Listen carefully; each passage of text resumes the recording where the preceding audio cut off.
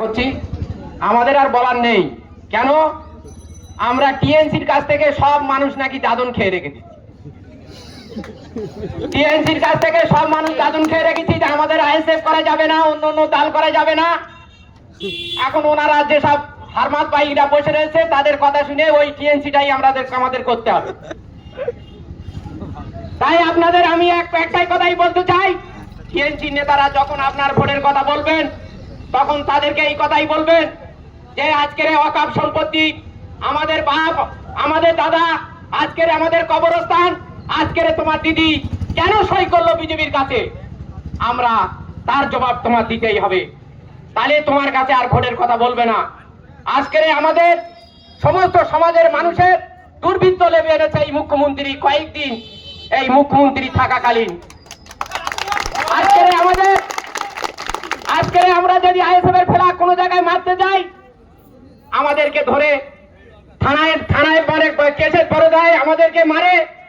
আজকের মুখ্যমন্ত্রী তার হারমাত ভাইদের শিখিয়ে রেখে দিয়েছে, সে নাকি কি আমাদেরকে দেয়নি। আমরা নাকি তার সমস্ত 100 ভাগের ভিতরে সে নাকি 95 ভাগ কাজ করে ফেলেছে। তা 95 ভাগ যদি কাজ করে ফেলে তাহলে আইএসএফ এর থেকে এত ভাই কেন? আজকের সে যদি 100 ভাগের ভিতরে 95 ভাগ কাজ করে তাহলে 294টা এমএলএর ভিতরে একটা নওশাদ সিদ্দিকীকে কেন আটকাচ্ছে, কেন তাকে মারছে?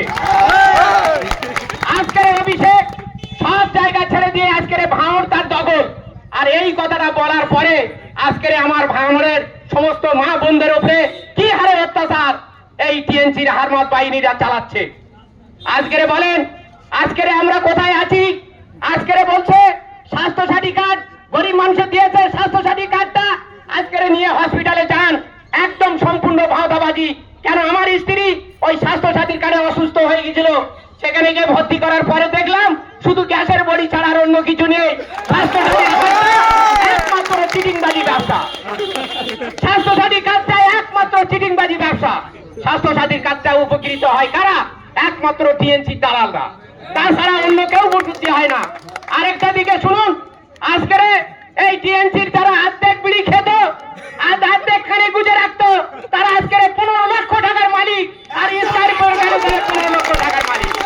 আজকের তাদের অবস্থাটা দেখুন, আজকের তারা জুয়া খেলা করতো, আজকের তারা স্করপিও গাড়ি চেপে বেড়াচ্ছে। এই উন্নয়ন আজকের মুখ্যমন্ত্রী বলছে 100 ভাগের ভিতরে গরিব মানুষের কাজ করেছে। হ্যাঁ, একটাই কাজ করেছে, সেই টিএনসি যেটা হারমাত ভাইরা তোলা তুলে কাটছে, ওদের উপকৃত হয়েছে, সাধারণ মানুষের কোনো উপকৃত হয়নি। তাই বন্ধুগণ আর আমি কিছু বলবো না, কেন সম্মানীয় আমাদের নেতা আছেন, উনি কিছু বলে আমি আমার সংক্ষিপ্ত বক্তব্য এখানেই শেষ করছি।